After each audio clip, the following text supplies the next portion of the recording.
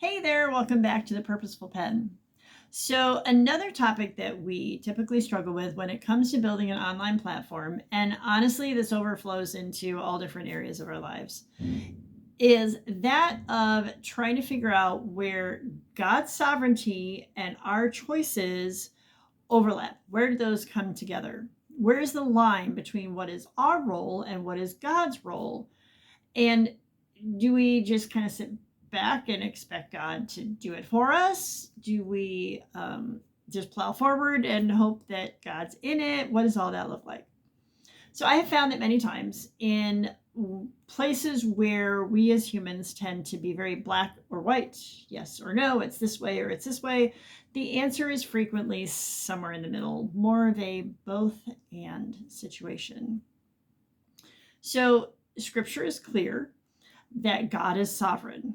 He is in control of everything, right? Scripture is also clear that we humans have free will. We get to make choices and make decisions that actually impact and change our lives. How do both of those things remain true? I have no idea. But I am not God, so it's okay that I have no idea. And I trust that because I am not God, and he's got all that figured out, and my finite mind just simply can't understand it, but somehow they're both true.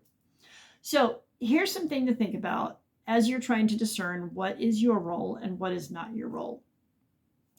God does not typically circumvent the usual way of doing things for our benefit. So just as he doesn't typically circumvent the laws of nature in order to work in our lives, although he can, and he sometimes does.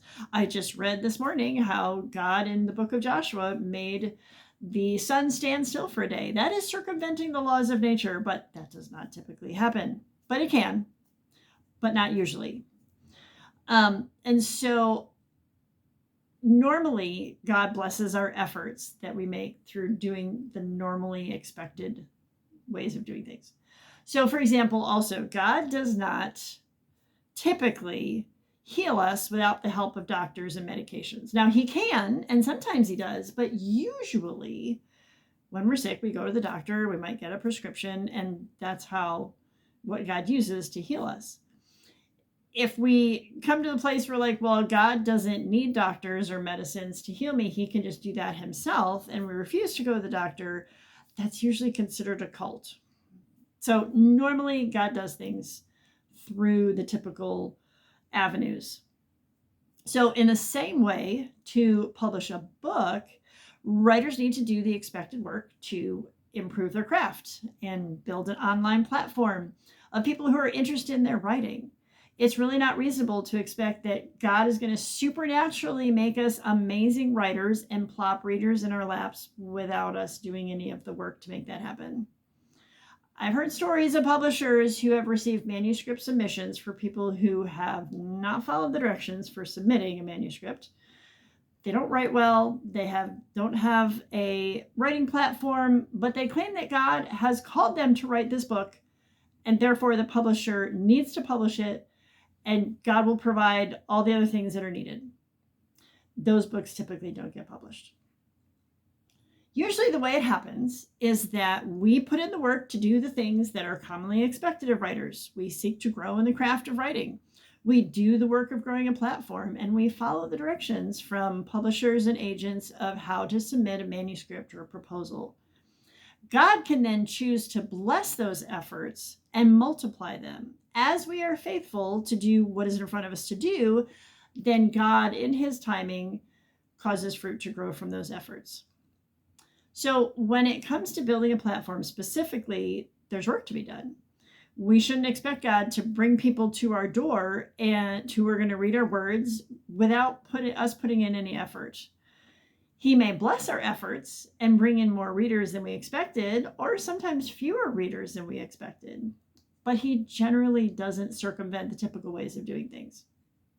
One way to look at it is that we do what we have control over and trust God to do what we don't have control over.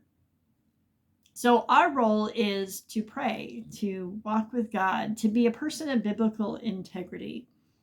Write, grow in the craft, learn how to write well, and how the publishing industry works. Even if God did tell you to write the book, you still need to do the work. God's blessing doesn't mean that you are an instant expert or a perfect writer.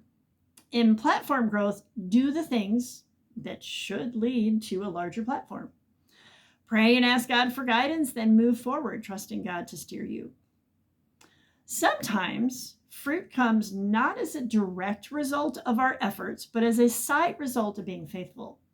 So I have a bachelor's degree in music performance, not in education. So after college, I was attending a small church that had an even smaller elementary school, Christian school attached to it.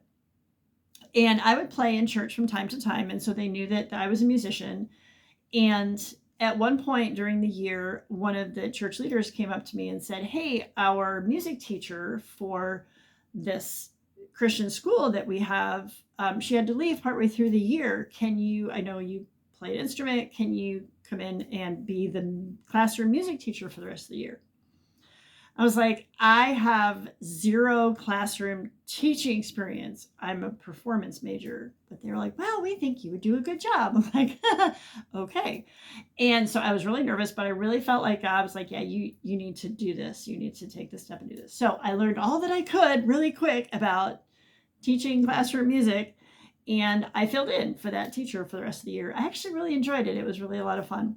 And I learned a lot of things. Shortly after that, I got married and I moved out of state.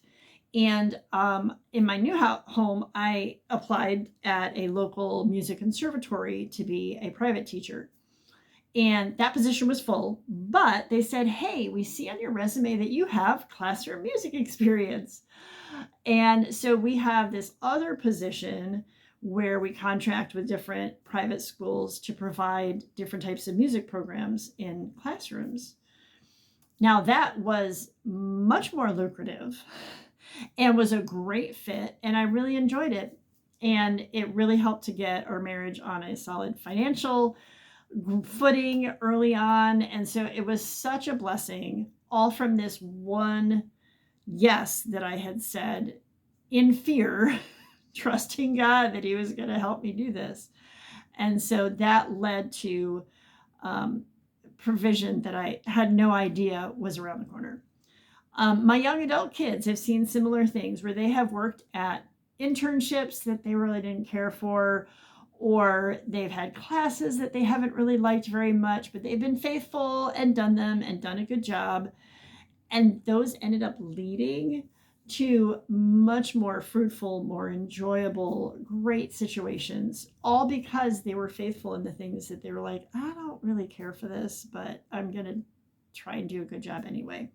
I also have friends who, in the process of writing and doing the normal things of being faithful to what they felt they were called to do, and God made connections through seemingly random situations, and that led to agent relationships and publishing deals and things like that. So as we are faithful to do the work, God will lead us and He will bless us as He sees fit to do that. So our job is to be faithful, but the results are up to Him.